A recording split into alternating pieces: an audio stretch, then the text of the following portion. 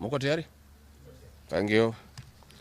Dear Kenyans, you are all aware of the political developments in our country. We are standing at a point of economic, political, and social nosedive as a nation. As a country, we, the people of Kenya, are being treated by William Ruto as less Kenyans at any given moment. Driven by the resolve for a better Kenya and patriotism, I've had a call from the people of Kenya to speak into the matters that are of concern to them and all of us for our common good.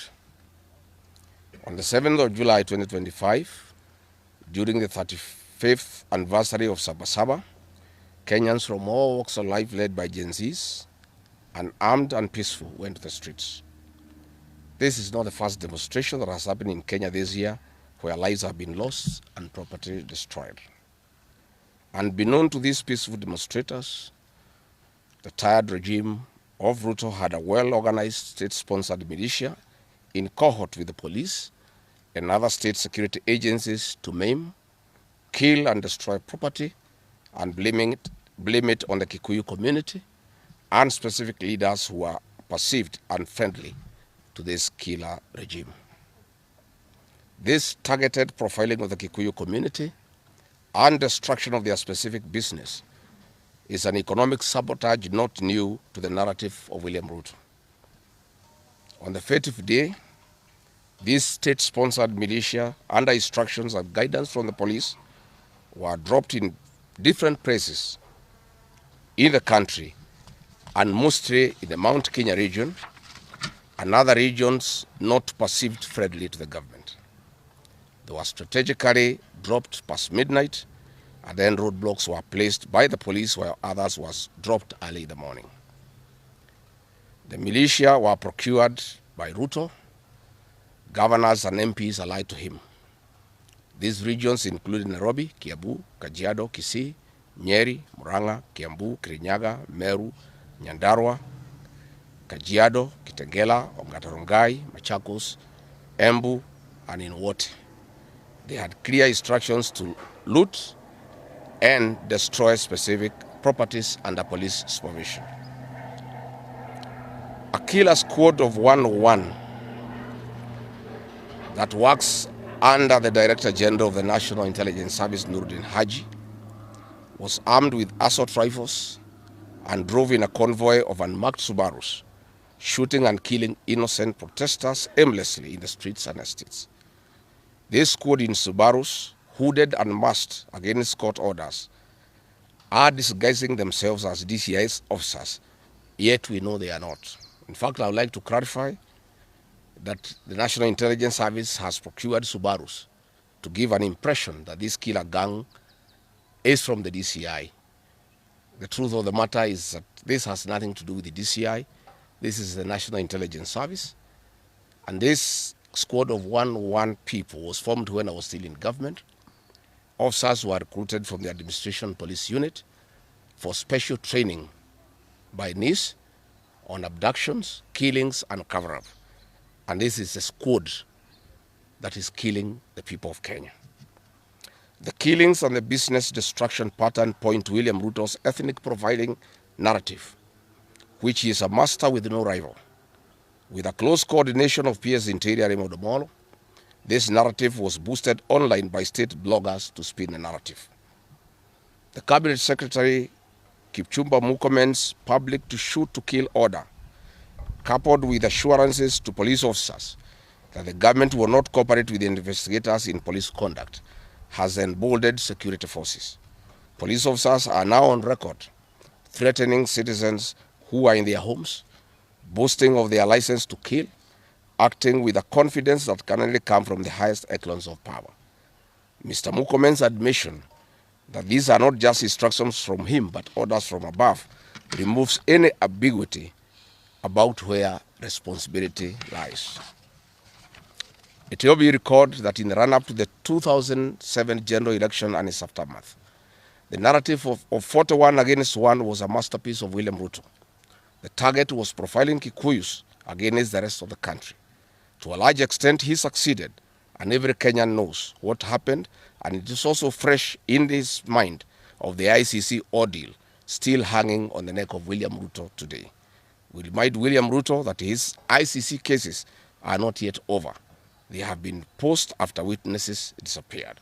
And what he is pretending over are crimes under the Rome Statute. It is clear history is repeating itself. And the architect William Ruto is back on the deck. He is hell-bent to finish his unfinished business with the people of Mount Kenya, destroy their businesses and make them black sheep of Kenya. Despite this horrible experience, the people of Mount Kenya voted William Ruto to a man in 2022 general elections against the advice of President Uhuru Kenyatta, whom Mr. Ruto had branded as a drunkard and a useless leader. Today, the people of Kenya, and especially the Mount Kenya region, feel sorry that they did not heed to the advice of Uhuru Kenyatta. These state-sponsored militia were key in touching of various parts of the country with ease of police assistance to prefer terrorism charges on specific people from the Mount Kenya region.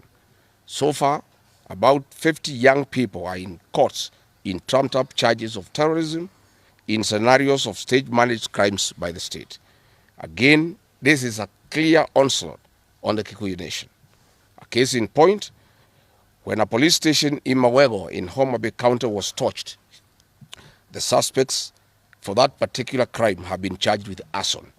But when a police station is alleged to have been torched in Kiambu, suspects from the Kikuyu nation are charged with terrorism charges. This is serious ethnic profiling. Last night, in Juja and Kirinyaga, these state-sponsored militia invaded various businesses. Luckily, in Kirinyaga, after Wananchi went to Sagada police station and they refused to act, saying they had orders from above not to interfere, the people organized themselves and repulsed the militia.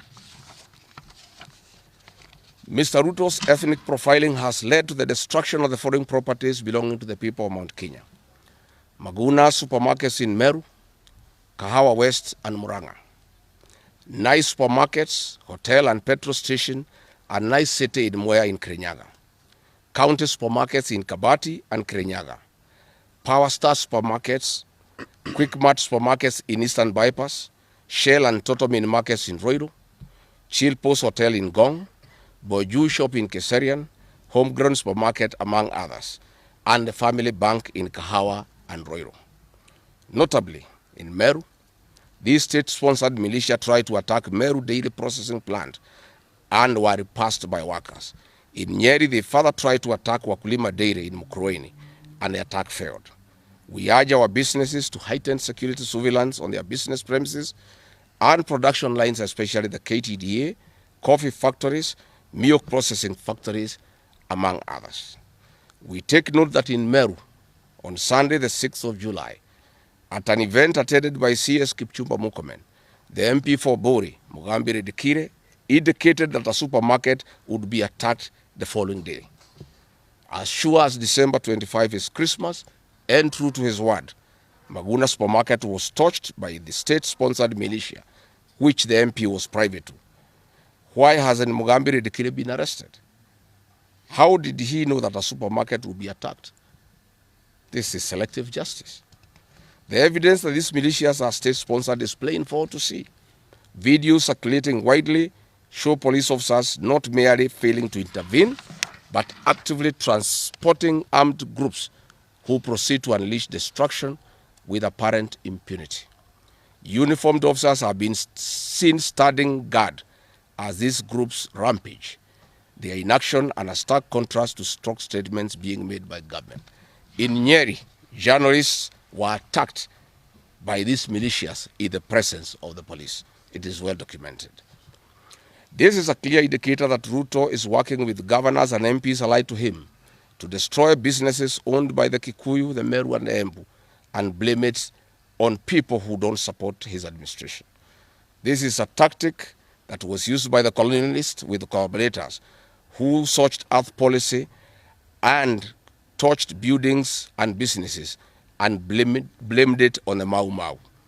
This divide and rule tactic will not work, Mr. Ruto. We know that in Meru, they want to use this mayhem to blame Mithika Linturi In Embu, they have already blamed Mkunji Gitonga. In Kitengela, Iron Gong, they want to target Senator Seki and MP Onesmus Ngogoyo.